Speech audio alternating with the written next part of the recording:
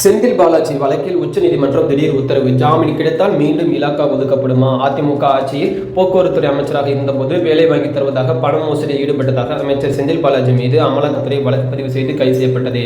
இதனிடையே செந்தில் பாலாஜியிடம் இருந்த இலாக்காக்களை அமைச்சர்கள் தங்கம் தென்ராசிடமும் முத்துசாமியிடமும் பிரித்து கொடுத்து தமிழ்நாடு அரசு அவரை இலாக்கா இல்லா அமைச்சராக அறிவித்து அரசாணை வெளியிட்டது.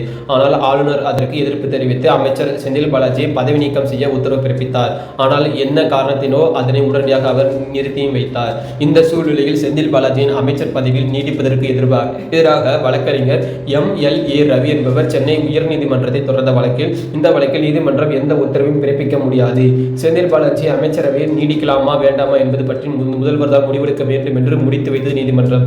இந்த உத்தரவை எதிர்த்து உச்சநீதிமன்றத்தில் மேல்முறையீடு செய்த ML ரவி அந்த மேல்முறையீட்டு மனு ஜனவரி 5ஆம் தேதி இரு நீதிபதிகள் கொண்ட அமர்வில் விசாரணைக்கு வந்தது.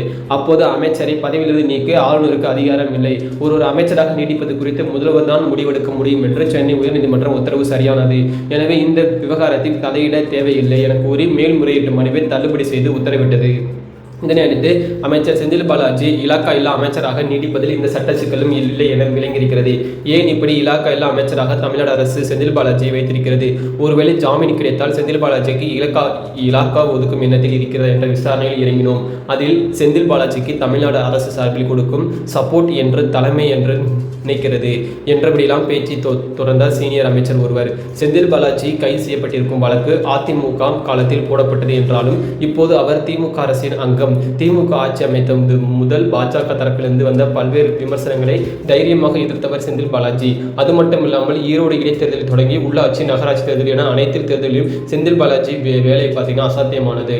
அதனை திமுக தலைமை எப்போது மறக்காது. அது மட்டுமில்லாமல் அமைச்சரவையிலிருந்து செந்தில் பாலாஜிக்கு நீக்கினால் அவருக்கு நெருக்கடிகள் அதிகமாகும். அது அரசுக்கும் திமுக தலைமைக்கும் நெருக்கடியை கொடுக்கும் என நினைக்கிறார்கள். எனவேதான் இப்போதும் அமைச்சராக அவர் தொடர்ந்து செயல்பட்டிருக்கிறார் என்ற தலைமை பதினார் சொல்லிக் கொண்டிருக்கிறது. அது மட்டுமில்லாமல் பொன்முடி விவகாரத்தில் அவர் குற்றவாளி என உத்தரவிட்டு 3 ஆண்டுகள் சிறை தண்டனை விதிக்கப்பட்டது. அதனால்தான் அவருக்கு அமைச்சர் பதவி பறிக்கப்பட்டது. ஒருவேளை உச்சநீதிமன்றத்தில் இந்த தீர்ப்பை தடை வாங்கினால் அவருக்கும் அமைச்சர் பொறுப்பு கொடுக்கப்படும். ஆனால் முன்பு கவனித்த பொறுப்பை அவருக்கு வழங்கப்படுமா என்பது அப்போது நிலையில் கருத்தில் கொண்டு முடிவெடுக்கக்கூடியது என்று இத்துடன் பார்த்தீங்கன்னா இந்த திமுக ஆட்சியில் நடந்த குளறுபடிக்கு ஒரு முற்றுப்புள்ளி வைக்கப்பட்டுள்ளது. இதே மாதிரி அரசியல் செய்திகளை தெரிஞ்சுக்கொள்ள எப்போதுமே நம்ம சேனலோட இணைந்திருங்கள். அனைவருக்கும் நன்றி, வணக்கம்.